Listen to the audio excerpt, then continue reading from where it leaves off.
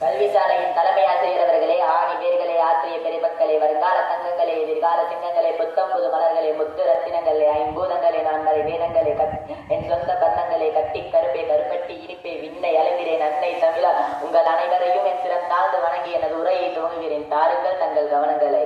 இந்திய விடுதலை வரலாற்று போரில் பலர் போராடி இருக்கிறார்கள், பலர் உயிர் தியாகம் செய்திருக்கிறார்கள், பலர் இன்றும் மக்கள் மனதில் வாழ்ந்து கொண்டே இருக்கிறார்கள்.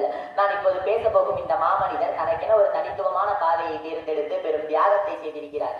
இந்த உலகத்தில் கடல் உள்ளவரை இவரது தியாக வரலாறு இருந்து கொண்டே இருக்கும்.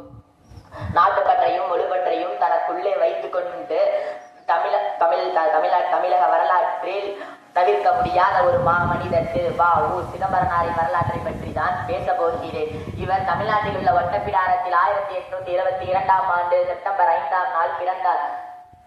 திரு வ.உ. சிதம்பரனார் தமிழிலும் ஆங்கிலத்திலும் புலமை பெற்றிருந்தார். இவர் சிறந்த பேச்சாளர், எழுத்தாளர், தொழிற்சங்க தலைவர், சுதந்திர போராட்ட வீரர் என பல பன்முக தன்மை கொண்டவர்.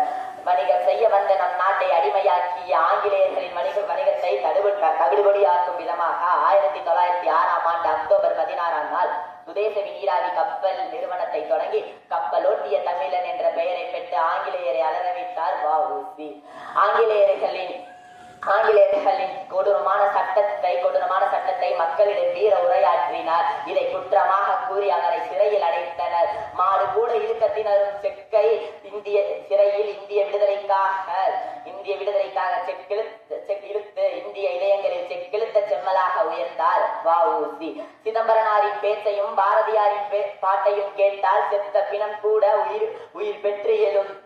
புரட்சி ஓங்கும் அடிமை நாடுகள் 5 நிமிடங்களில் சுதந்திரம் பெறும் என்ற ஆங்கிலேய நீதிபதியின் புகழ்ச்சி வ.உ.சியின் சுதந்திர தாக்கத்திற்கு சான்று.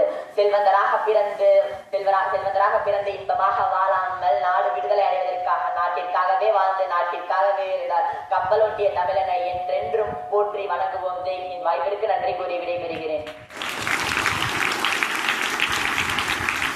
ரொம்ப கொஞ்சம் டைம் தான் எடுத்திருப்பாங்க, ஆனா நல்லா அழுத்த திருத்தமான மிக அழகான கருத்துக்களோட பேசியிருக்காங்க. வாழ்த்துக்கள்.